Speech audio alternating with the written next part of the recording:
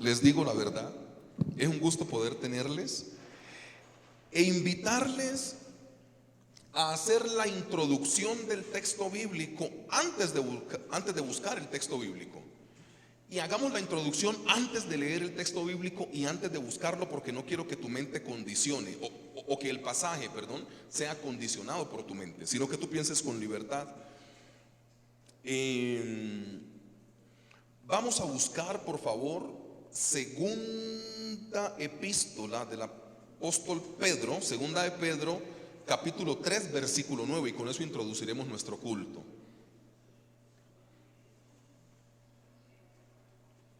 Segunda de Pedro, capítulo 3, versículo 9. Tenga la amabilidad y lo busca.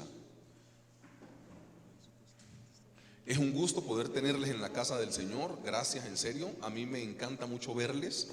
Y es un privilegio, en serio, poder predicar la palabra del Señor, aún siendo tan imperfectos, ¿no? Lo hacemos por su amor y por su gracia. Segunda epístola de Pedro, capítulo 3, versículo 9. La palabra del Señor dice, leemos con la dirección del Espíritu Santo de la siguiente manera: el Señor no retarda su promesa, según algunos la tienen por tardanza, sino que es paciente para con nosotros, no queriendo que ninguno perezca, sino que todos procedan al arrepentimiento. Dice que no quiere que ninguno perezca en su Biblia, ¿sí o no? O sea, la intención del Señor Jesús es que ninguno perezca.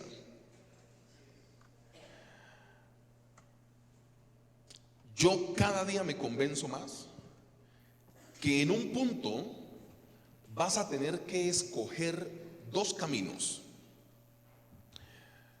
en que tu sed de venganza sea saciada y que esa persona que te ha hecho daño se condene, o a no quedar muy contento con el resultado, pero que el que te hirió vaya al cielo. En un punto vas a tener que moverte entre esos ríos. O sacias tu sed de venganza, y dices, uy, me siento bien porque el que me hirió, tomé venganza, le hice sentir lo malo que yo sentí cuando me dijo eso, etc, etc. O en un punto vas a decir, no quedé tan contento, pero el Señor lo salvó o la salvó y lo metió o la metió al cielo. Estos pasajes, como que el que vamos a compartir hoy, son muy fáciles de predicar entre nosotros, porque nosotros en algún punto vamos a tener una herida de alguien, de una situación, de un profesor en tu colegio, de papá y mamá, de tus abuelos, de tus hermanos, de la gente de tu familia cercana o en segundo grado de consanguineidad. Siempre vas a tener algo que te va a dañar. No me alegro mucho por eso, pero así la predicación es más fácil para mí. Y en un punto tienes que decir, yo perdono a esa persona, y a través de perdonar a esa persona ayudo a que esa persona llegue al cielo. O tomo venganza porque me sentí muy herido y al final con mi actitud condeno a esa persona. Hoy vamos a hablar de salvavidas. Es nuestro título para hoy, salvavidas. Y yo sigo con la introducción antes de decirle de qué texto vamos a predicar. Si yo te diera a escoger tres facetas del Señor Jesús, ¿cuál escogerías? El Señor Jesús dice en la palabra que tocó un leproso, ¿sí o no? Ok. De primera faceta, tocar un leproso. Segunda faceta, solo dos facetas. Primera faceta, tocar un leproso y darle vida a este leproso. Y segunda faceta, algo de poder del Señor Jesús, sacar a Lázaro de la tumba. Es una cosa maravillosa, ¿ok? Si yo te doy a escoger estas dos facetas, ¿usted cuál escogería? No falta el hermano hiperespiritual que me diga, pastor, yo tengo un llamado a los leprosos. No, hermanos, nosotros tenemos un problema con el Señor Jesús, y es un problema muy serio. Del Señor Jesús se persiguen unas cosas que son muy vistosas. Del Señor Jesús se persiguen sus milagros, sus sanidades, su poder, el discernimiento para saber la gente que está pensando en contra tuya. O sea, todo lo maravilloso y lo glorioso del Señor se persigue. Pero los tiempos de oración tan largos, eso casi no. El tocar leprosos, eso casi no. El quizá debatir con un argumento en frente de los escribas y fariseos, eso casi no. Eso demuestra que del Señor Jesús se persigue más su poder y su gloria que su sacrificio. Claro que sí. A ti te dicen que quisieras tener del Señor Jesús: la disciplina espiritual de meterse a las 6 de la tarde a orar y salir a las 6 de la mañana. Ay, pastor, eso no se persigue mucho. Pero quisieras tener el poder del Señor Jesús para resucitar un muerto, eso sí se persigue. Entonces, claro, del Señor Jesús perseguimos más la gloria que el sacrificio. Y eso al final de la historia yo no creo que esté mal, pero sí nos desorienta un poco de lo que el Señor Jesús quiere. Mira, la sanidad física y del alma es lo que el Señor Jesús más dio a la gente. Si yo no tengo el cálculo bien, esto lo vi en seminario bíblico y yo me gradué en el 2012 del seminario bíblico. Entonces téngame un poquito de paciencia si los cálculos me fallan. Pero creo que en los evangelios se cuentan 34 o 35 milagros, de los cuales 23 o 24 son sanidades. Entonces, si nosotros agrupamos todos los milagros que hizo el Señor Jesús, su mayor énfasis ¿en dónde estuvo? En la sanidad. Para que de 34 o 35 milagros, 23 o 24, perdón que no tengo el cálculo muy preciso, hayan sido sanidades, estamos hablando de unos puntos porcentuales muy altos de cuál fue la intención que él tuvo. Él quiso sanar la gente. Si a mí me toca ser estricto con la predicación, antes de prosperarla, antes de todas estas cosas que hoy perseguimos más de Jesús en la iglesia, cuando a mí me dicen que de 34, 24 son sanidades físicas y del alma, pues si hay una intención del Señor Jesús de decir: lo que yo quiero es sanar la gente. Y si esa es la intención del Señor Jesús, ¿no crees que esa tendría que ser tu intención también? Entonces hagamos la pregunta a forma de introducción antes de hacer la lectura y pasar al texto bíblico. ¿Cómo estás en la restauración y en la reparación de la gente? Porque si el énfasis del Señor Jesús es la sanidad, tus palabras tienen que ayudar a sanar. Tus acciones tienen que ayudar a sanar. Tu actitud tiene que ayudar a sanar. ¿Estoy siendo claro con el ejemplo? Si el énfasis es la sanidad, aquí no importa si la persona te hirió, si estás muy dolido en tu corazón. Si el énfasis del Señor Jesús es la sanidad, en los milagros de los 4 evangelios, tu énfasis no puede ser diferente. La sanidad es lo que el Señor Jesús requiere. Y por eso vamos a hablar de salvavidas, porque yo sí creo que todos nosotros somos salvavidas. Mira, nosotros somos salvavidas.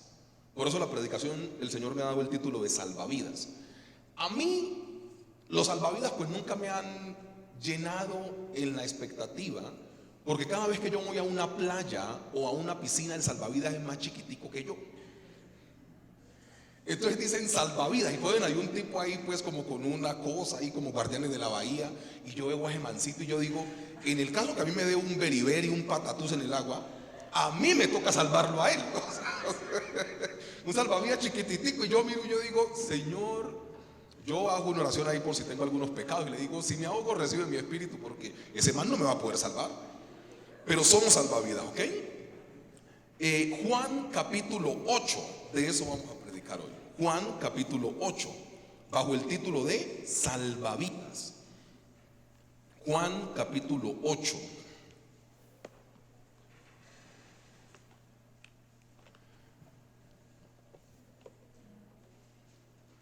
Y la palabra del Señor muestra un asunto maravilloso acá en Juan capítulo 8.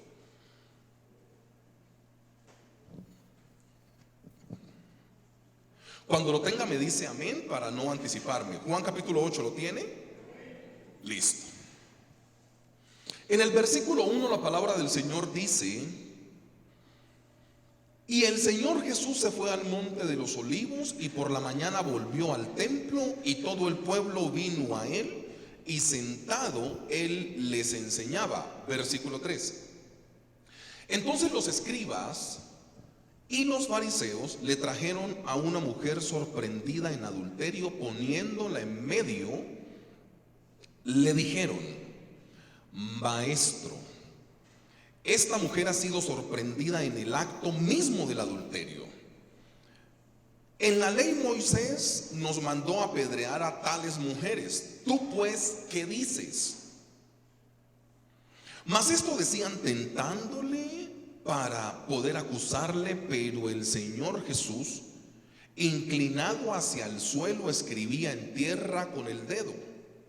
Y como insistieran en preguntarle, se enderezó y les dijo: el que de vosotros esté sin pecado, sea el primero en arrojar la piedra contra la mujer. Versículo 8. E inclinándose de nuevo hacia el suelo, siguió escribiendo en la tierra.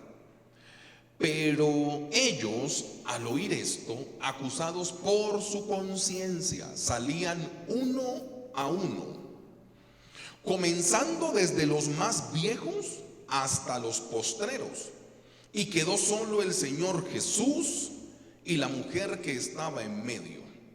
Enderezándose, dice el versículo 10, enderezándose el Señor Jesús y no viendo a nadie sino a la mujer, le dijo: mujer, ¿dónde están los que te acusaban? ¿Ninguno te condenó? Ella le dijo: ninguno, Señor. Entonces el Señor Jesús le dijo: ni yo te condeno, vete y no peques más. Salvavidas. Hoy vamos a trabajar algunas palabras, las que alcancemos a trabajar hoy. La primera palabra es calma, calma. La primera palabra es calma. La segunda palabra es culpable. Calma, culpable. Y la tercera palabra es vida. Vida. Calma, culpable y vida. Haciendo siempre un aforismo: si nosotros actuamos con la calma que el Señor Jesús actuaba, vamos a encontrarnos con gente culpable, y a esa gente culpable al final le vamos a transmitir vida. La idea es que la gente llegue al cielo, no que con nuestras actitudes la gente se quede. Yo casi siempre le pido perdón al Señor en mis devocionales. Yo hago 2 por día, uno en la mañana y uno en la noche.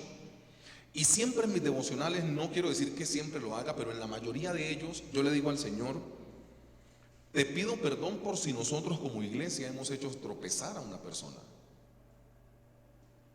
Porque una iglesia seria y una iglesia madura se pregunta eso: ¿qué de malo tengo yo también?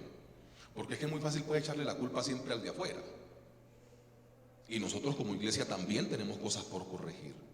Entonces sepa que una de mis oraciones es esa: ¿en qué momento yo he llegado a herir desde el púlpito, aún predicando, a una persona, y esa persona se haya ido de la iglesia con un resentimiento en su corazón? Yo no lo hice con intención, es lógico, pero cosas pueden pasar. Entonces siempre le pido perdón al Señor por eso. Iglesia, la palabra calma, ¿dónde la podemos encontrar? Yo voy a leer a favor de ustedes Juan capítulo 8, versículo 6, hablando de mantén la calma. Mas esto decían tentándole para poder acusarle, pero el Señor Jesús, inclinado hacia el suelo, escribía en tierra con el dedo. Esto es una de las acusaciones más grandes que hay en la Biblia: encontrar a una persona en el mismo acto del adulterio. ¿El Señor Jesús se desesperó por esto?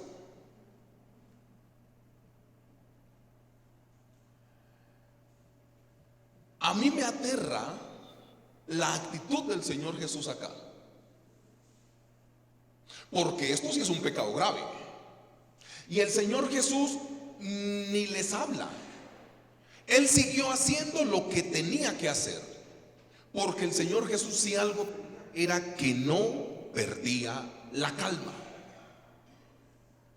Iglesia, ¿te das cuenta que a nosotros la calma la roba cualquier tipo de cosa? Cualquier cosa te roba la calma. Y yo creo que esta historia está puesta acá en la Biblia, según lo que nos cuenta el evangelista, para decirnos, ni aún en las situaciones más graves se puede perder la calma. Usted usted airado y fuera de la calma, usted no piensa. Usted no toma las promesas de Dios. Y como el Señor Jesús tenía un solo objetivo, que era meter la gente al cielo, sanar la gente y salvar la gente, pues no podía desesperarse.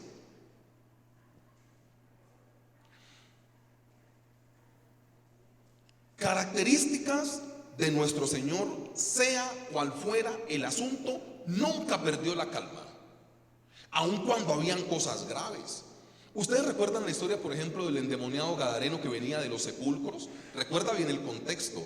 Una persona judía como el Señor Jesús no puede estar en los sepulcros ni tocar nada muerto. Y viene el endemoniado gadareno que estaba amarrado en los sepulcros y se le tiró a los pies y le tocó los pies. Hago una pregunta: ¿el Señor Jesús perdió la calma? Yo algunas veces veo a los cristianos como cuando alguien se hace una herida pequeñita, pero que la sangre es escandalosa. No sé si les ha pasado que algunas veces los que son papás, su hijo se golpea con algo y ustedes ven el montón de sangre así. Usted dijo, Dios mío. Cuando usted le empieza a limpiar y a toda la cosa, era una cosita pequeñitita. Y usted se desesperó y usted hizo un poco de cosas y fue porque la sangre fue escandalosa. El Señor Jesús tenía una particularidad, y yo creo que en eso radicó el éxito de poder transmitir sanidad y restauración al corazón. Porque un corazón turbado no puede restaurar a otro corazón. Porque si usted está impaciente, ¿qué cree que va a transmitir? Impaciencia.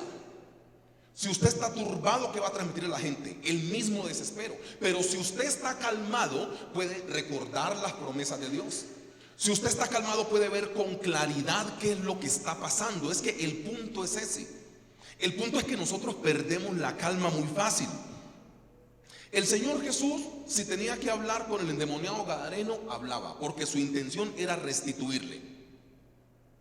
Ustedes se dan cuenta que el Señor Jesús nunca falló en su intención de restaurar un corazón. Esa es la pregunta que te tiene que confrontar. ¿Por qué el Señor Jesús con un solo encuentro restauraba? ¿Por qué nosotros tenemos que hacer 17 consejerías para poder restaurar un corazón? Esas preguntas son serias y hay que hacerlas. ¿Cuántas veces el Señor Jesús se encontró con la mujer encontrada en el mismo acto del adulterio? Una. Con la mujer samaritana, una. Con Nicodemo, una. El Señor Jesús se encontraba una vez con la gente y le restauraba el corazón. Hagamos una pregunta. ¿No será que cuando nosotros tenemos los encuentros con las personas, estamos tan atribulados que lo que le transmitimos a la persona es el mismo desespero que tenemos por dentro? Piensa un poco. ¿No será que lo que tú transmites al encontrarte con la persona no es la calma que tenía el Señor Jesús? Y son cosas maravillosas, y la Biblia como que nos presiona un poco más, porque el Señor Jesús dijo, y de cierto os digo que cosas mayores que las que yo hice, ustedes van a hacer. Pero nosotros, ¿por qué no tenemos la efectividad del Señor Jesús? Porque nosotros cuando vamos a arreglar un problema no vamos con calma. Nosotros cuando vamos a arreglar un problema vamos a demostrar que el otro es el culpable, que yo tengo la razón. ¿Cuál es tu intención al sentarte a restaurar un problema?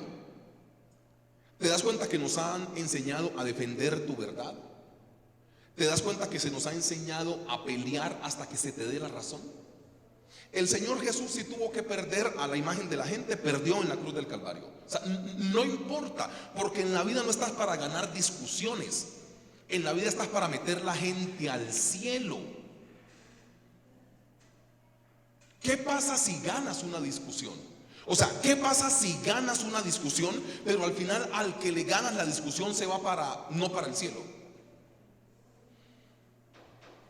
Por más terrible que sea lo que escuchemos, no podemos perder la calma. El no perder la calma es el inicio de la resolución del problema. El no perder la calma.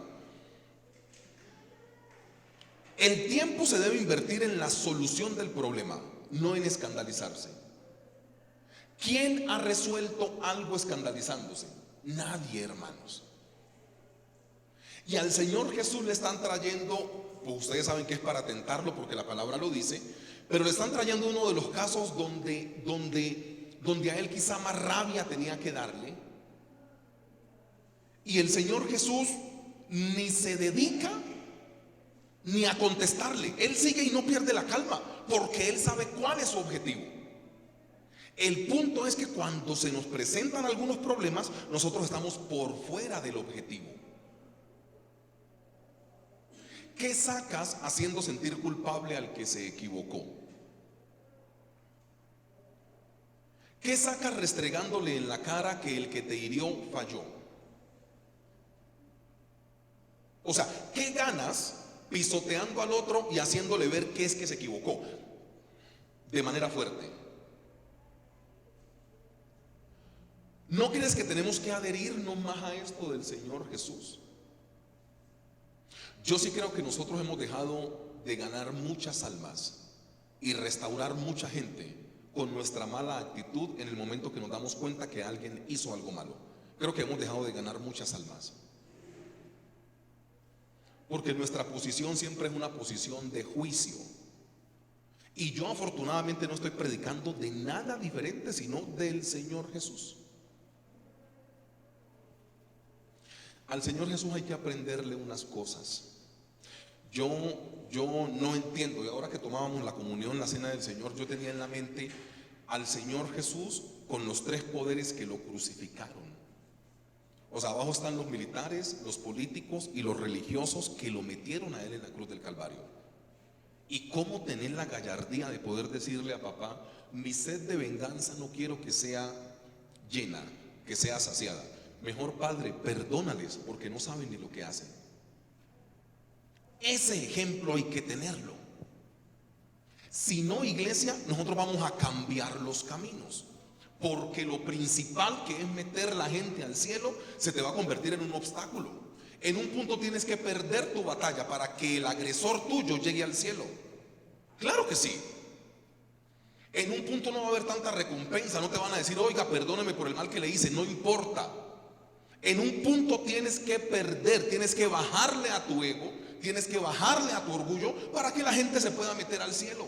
Pero es que hasta que me las pague, pastor. No, Señor. Los versículos peor utilizados en la iglesia, y qué pena que lo diga así, son donde Dios dice que Él es el que paga y Él es el que da retribución. O sea, mía es la venganza, yo pagaré. Ay, unos hermanos, pero se encienden. Hasta se bañan con aceite. Ay, tú te vas a vengar de mi enemigo. Eso no está hablando de eso ahí. ¿Ustedes por qué creen que el rey David dijo: yo prefiero ser castigado pero por ti? Porque el rey sabía que lo que iba a recibir de Dios es misericordia. Yo lo dije en la introducción del culto: la iglesia no puede convertirse en un lugar donde las ovejas lastimen las ovejas. El que viene para matar, robar y destruir es el diablo. La iglesia restaura. Claro que sí. Aquí estamos viendo a un Señor Jesús que no pierde la calma. Y por no perder la calma, el Señor Jesús puede restaurar a esta persona. Si el Señor Jesús pierde la calma, ¿sabes qué pasa? Yo algunas veces quisiera que la Biblia nos contara un poco más qué pasa después. O sea, esta historia como que se corta y uno dice como que después de que esta muchacha, que sabía que la iban a apedrear porque había cometido una falta grave, se encuentra con este Jesús de amor y de misericordia y le dice: ni aún yo te condeno, vete y no peques más. O sea, ¿qué pasa después? Pues usted no puede saber qué pasa porque la palabra no lo dice, pero uno sí puede intuir más o menos qué pasó. A mí me hubiera gustado que el evangelista Juan nos contara qué pasó con esta muchacha, y de seguro que la historia va a ser que esta muchacha fue una de las más fieles seguidoras del Señor Jesús. El amor es el que cambia a la gente, iglesia. No estamos hablando de alcahuetería de pecados, no, pero la persona que falla tiene que sentirse abrazada primero. ¿O es que Dios nos puso condición a nosotros cuando llegamos en la condición que llegamos? Porque es que es muy fácil ahora que ya somos cristianos decir que todos son mundanos, que todos se van a perder, ahora que estás en esta barrera. Pero cuando no conocías del Señor, el Señor no te puso ninguna condición para poderte recibir. Yo creo que Dios, para recibirnos a muchos de nosotros, tuvo que colocarse guantes de lo malos que veníamos. Y hoy en día ya somos cristianos y criticamos al que hace lo que antes nosotros hacíamos. Muy bonito así. O sea, ¿por qué cuando nosotros llegamos al Señor Jesús Él no nos exige nada? ¿Y por qué nosotros, ahora que tenemos un poco más de manejo bíblico y algo de conocimiento, juzgamos tan duro al que peca y se equivoca? Rebobina un poco y devuelve la película, y te vas a dar cuenta que de pronto tú pecabas más que los que ahora estás juzgando. A mí me aterra el Señor Jesús.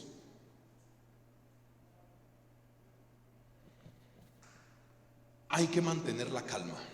Lo segundo que muestra el pasaje bíblico, ¿qué palabra les dije que era? Era la palabra culpable. Habla siempre en beneficio del culpable. Yo lo leo en Juan capítulo 8, versículo 7. Habla siempre en beneficio del culpable. La palabra del Señor dice en Juan 8, 7: como insistieran en preguntarle, se enderezó y les dijo: el que de vosotros esté sin pecado sea el primero en arrojar la piedra contra ella.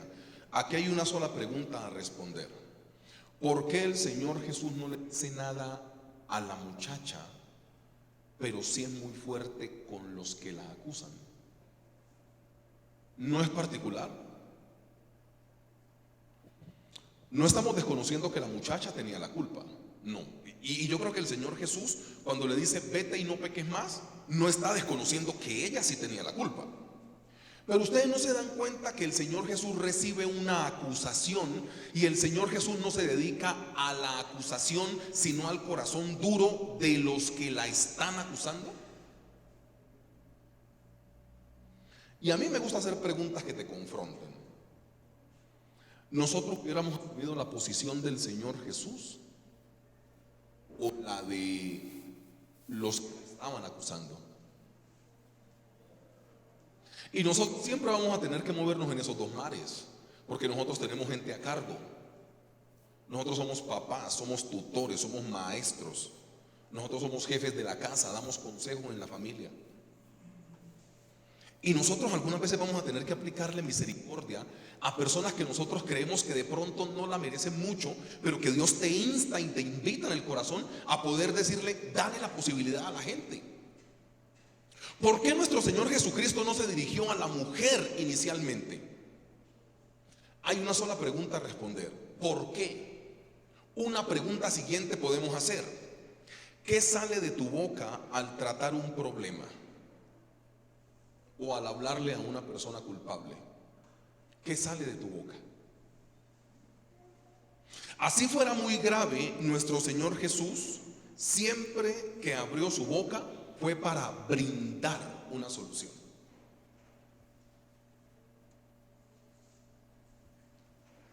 ¿Ustedes creen que esta muchacha, después de haber sido encontrada en el mismo acto del adulterio, necesitaba venir acá enfrente del Señor Jesús y que el Señor Jesús le siguiera recordando sus pecados?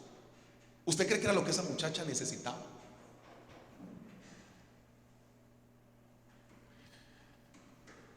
Nosotros somos muy raros. ¿Te das cuenta que nosotros le concedemos el perdón a la gente, pero seguimos cantaleteando a la persona por lo mismo que ya le perdonamos? Somos extrañísimos. Somos extraños. ¿Me perdonas? Sí, te perdono. En una discusión, usted siempre es lo mismo. No, pues ya lo perdonaste. Así usted no diga amén, eso es cierto, es la verdad. O sea, nosotros estamos siempre condenando a la persona por lo que supuestamente ya le perdonamos. Y eso no debería pasar de esa manera.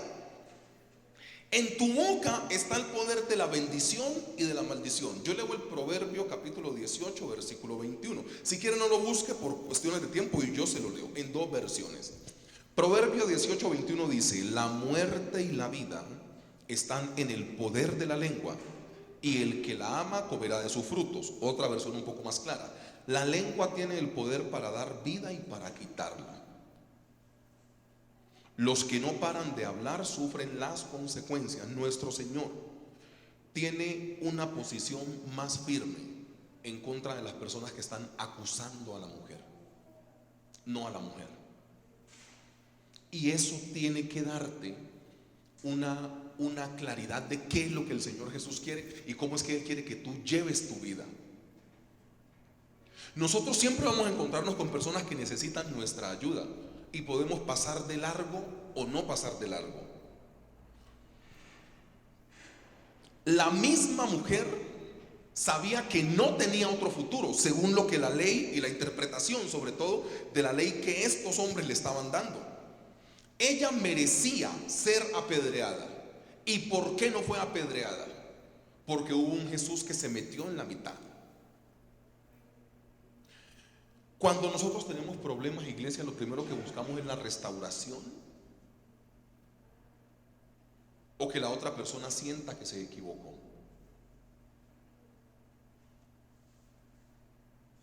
O sea, la muchacha está acá y acá están los acusadores, y el Señor Jesús quita los ojos de la muchacha y se enfrenta con los que la están acusando.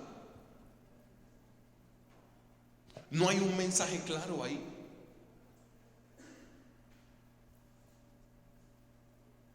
El Señor Jesús no se desorienta. Él sabe que la muchacha tiene que ser metida al cielo. Y Él sabe que si no confronta a los del corazón duro, probablemente esos de corazón duro no lleguen al cielo. Nuestro Señor no tiene necesidad ni de dirigirse a la muchacha antes de dirigirse a la persona que tenga el corazón duro. Entonces la pregunta que nos toca responderle al texto es: ¿por qué el Señor Jesús no habla con la muchacha? ¿No será que la persona que se equivoca necesita ese abrazo? No estamos hablando de alcahuetear pecados, porque yo al final creo que ese versículo de vete y no peques más no haya sido tan suave. O sea, uno conociendo el carácter del Señor Jesús, no creo que le haya dicho: hijita, vete y no peques más. No, yo leo como el espíritu de acá. Él viene de enfrentarse con estas personas. Yo no creo que le haya dicho como con tantas flores y con tanto chocolate a la mujer: vete y no peques más. Yo creo que él fue un poco más recio, un poco más fuerte. Pero lo que te intento decir es: ¿por qué el Señor Jesús se dedica primero no a quien cometió el pecado, sino al que la está tratando con dureza? ¿No será que de pronto nos ha faltado entender que la gente necesita ese abrazo? Nosotros muchas veces nos estamos quejando de algunas actitudes de las personas y no sabemos por qué las personas son así. Un cristiano maduro jamás tiene que, bueno, para mí un cristiano nunca tiene que decir que una persona como que le cae bien o mal, pero para colocarlo en esos términos, muchas veces nosotros tenemos percepciones de la gente y nosotros empezamos a hacer juicios de la gente sin saber qué le pasó en su infancia, cómo estuvo su niñez, cómo estuvo su familia cuando él era pequeño. Nosotros no sabemos nada y únicamente lo que vemos lo juzgamos. Yo no voy a entrar a defender lo indefendible, porque ni el Señor Jesús lo defendió. Pero preguntas que uno le puede hacer al texto: ¿por qué esa muchacha cayó en eso?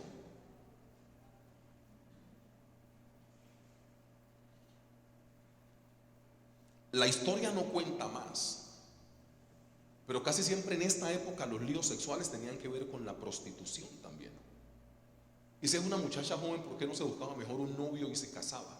¿No será que esta muchacha de pronto era muy pobre y le estaban pagando por ese servicio sexual? Ideas. O sea, nosotros no sabemos el contexto de lo que está pasando, pero somos muy buenos juzgando lo que está pasando. Y eso no puede pasar. El Señor Jesús no tomó en cuenta, digamos, ni el contexto. Él dijo: a mí me interesa meter la gente al cielo. Por eso yo me enfrento con la gente que está juzgando a la muchacha, porque la muchacha necesita el abrazo. Los que necesitan dejar la dureza del corazón son los otros. Y en un punto, hermano, nosotros sí hemos sido eso. Y la vida cristiana no creo que se trate de eso. Y afortunadamente no es un ejemplo mío, afortunadamente es un ejemplo del Señor Jesús. Todo aquel que se fatigue de perdonar a una persona, pues ustedes recuerdan que le pregunta Pedro al Señor Jesús de cuántas veces tiene que perdonar al hermano que peca contra él.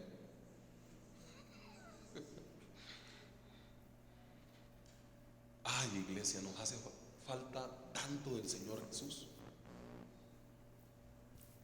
¿Cómo dejamos herir el corazón tan fácil? Y nos metemos en unas facetas rarísimas. Siempre queriendo como satisfacer la sed de venganza y no dándole este abrazo a la gente. No pierdes tu autoridad abrazando. No pierdes tu hombría o tu feminidad agachando la cabeza y dando el brazo a torcer. No pierdes. Antes el cielo gana. ¿Cuántas malas actitudes nuestras han sacado a la gente de los caminos del Señor?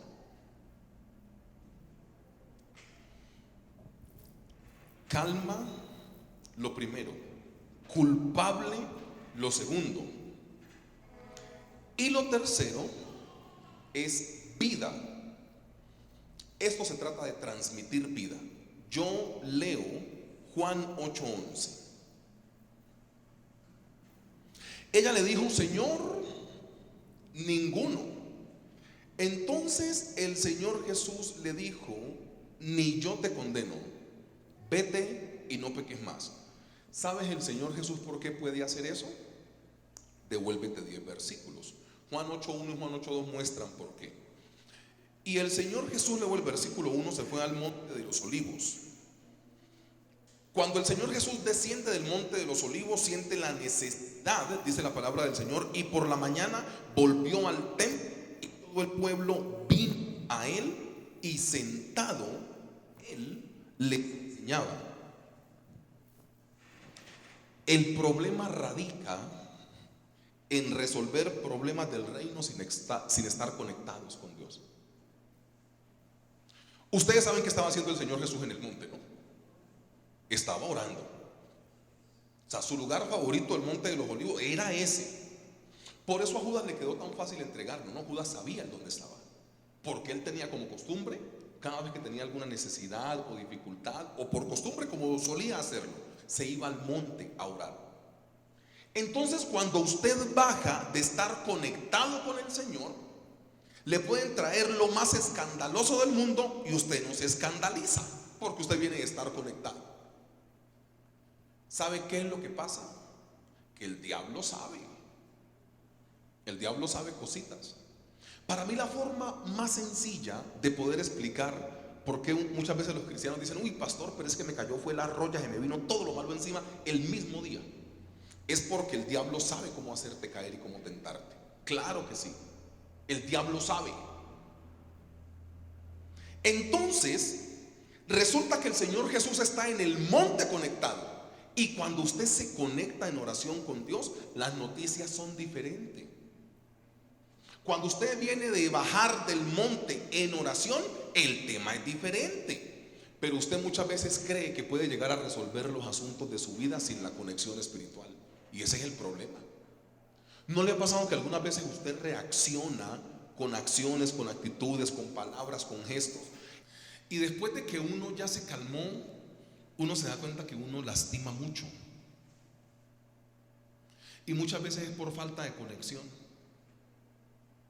El Señor Jesús, siempre que se iba a enfrentar a algo, estaba muy conectado con papá. Lo que le falta a la iglesia hoy en día es falta de conexión espiritual con el cielo. Cuando usted se conecta con Dios, pueden traerle a esa muchacha y usted termina abrazando a esa muchacha, porque el que está conectado está conectado. Lo que pasa es que intentas tomar decisiones sin la conexión espiritual, y es ahí donde te metes en problemas. Sin conexión dañas a tus hijos. Claro. Sin conexión dañas a tu pareja. Sin conexión dañas a los compañeros de trabajo. Sin conexión dañas a tu jefe. Sin conexión dañas a las personas aún más cercanas, porque es que la conexión es lo que te permite que el problema tan grande que se pueda presentar lo recibas con la calma del Señor. Lo que pasa es que nosotros algunas veces no estamos conectados cuando se nos presentan los problemas. Y cuando un problema se presenta y no tienes la conexión de parte del Señor, te vas a meter en un problema más grande porque vas a actuar en tu carne. El Señor Jesús, yo creo que en un punto, Él escribiendo, que no sabemos qué estaba escribiendo, yo creo que Él se debatió y dijo: ¿qué hacemos con esta pobre criatura? Y la pregunta de confrontación final para ustedes tiene que ser una sola: ¿hubieran estado ustedes en la capacidad de poder abrazar a esta mujer? Porque muchas veces abrazando al pecador se te viene todo el mundo encima. Muchas veces defendiendo a estos que el Señor Jesús defendía, se te viene el mundo encima. ¿Estás dispuesto a pagar un precio por defender a las personas que más lo necesitan? ¿Por qué se nos enseña tanto a tomar venganza? Una de las cosas que el Señor Jesús más se cansó de decir fue: hombre, no lo hagan de esa manera. Se dijo en la ley tal cosa, pero yo les digo, pero yo les digo, pero yo les digo. Un día Pablo dijo: el primer Adán, allá estábamos en otra cosa, ahora hay que hacerlo de otra manera. Y tristemente, iglesia, cuando uno no abraza a la persona que se ha equivocado, está llevando a esa persona más al infierno que al cielo. Cumplamos con nuestro deber de abrazar al pecador.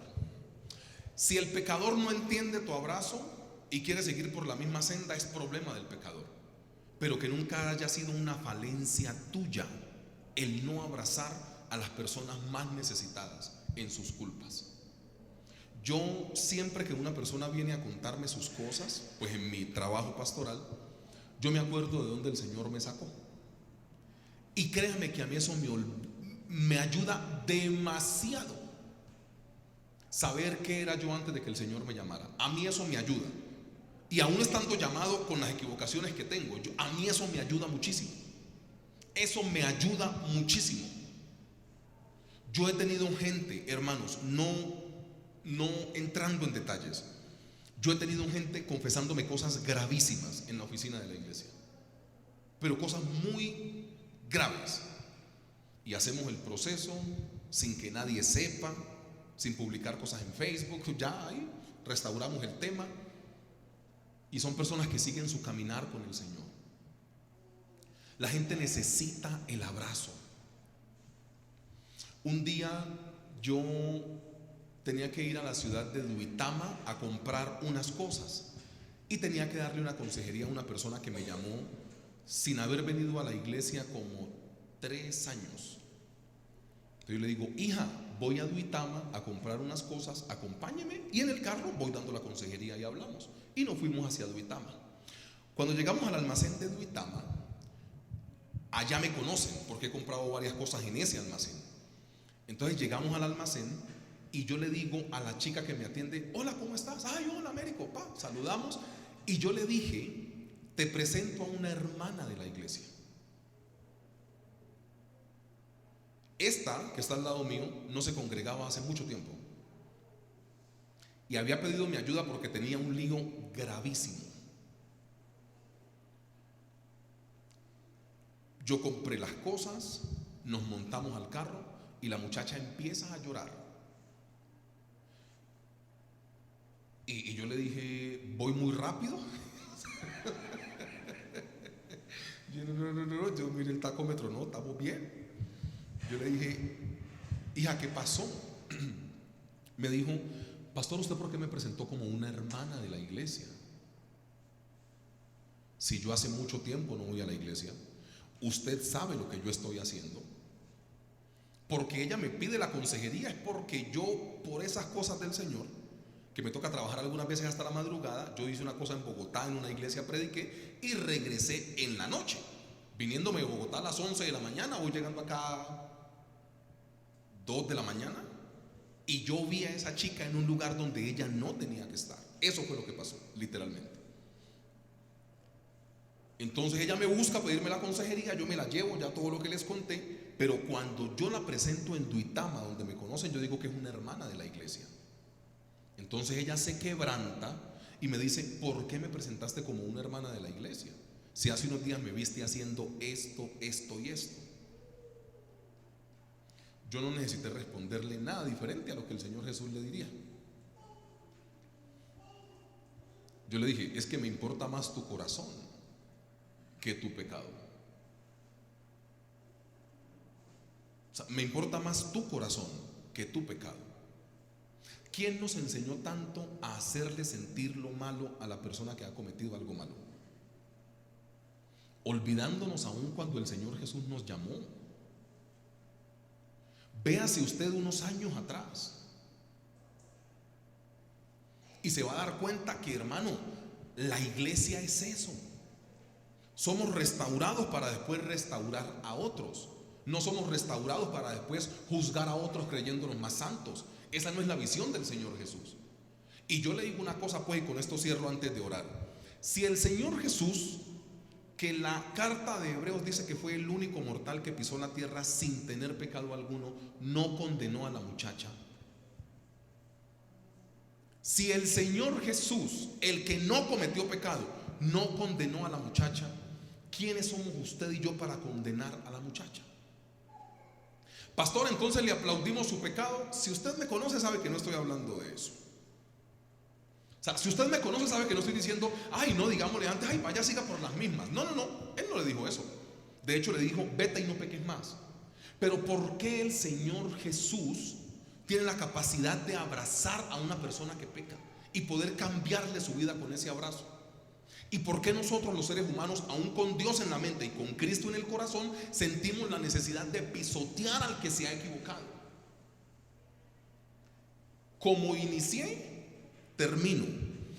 En un punto vas a tener que decidir si saciar tu sed de venganza y hacer sentir mal a la persona que te ofendió, o decirle: ¿sabe qué? Yo le perdono eso y no importa.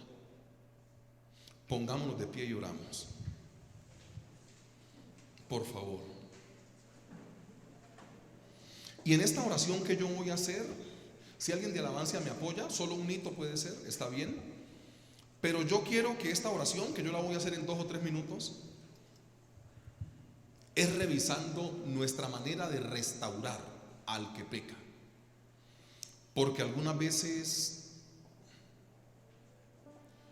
no lo estamos haciendo al estilo del Señor Jesús, y lo que estamos haciendo es dañar a las personas.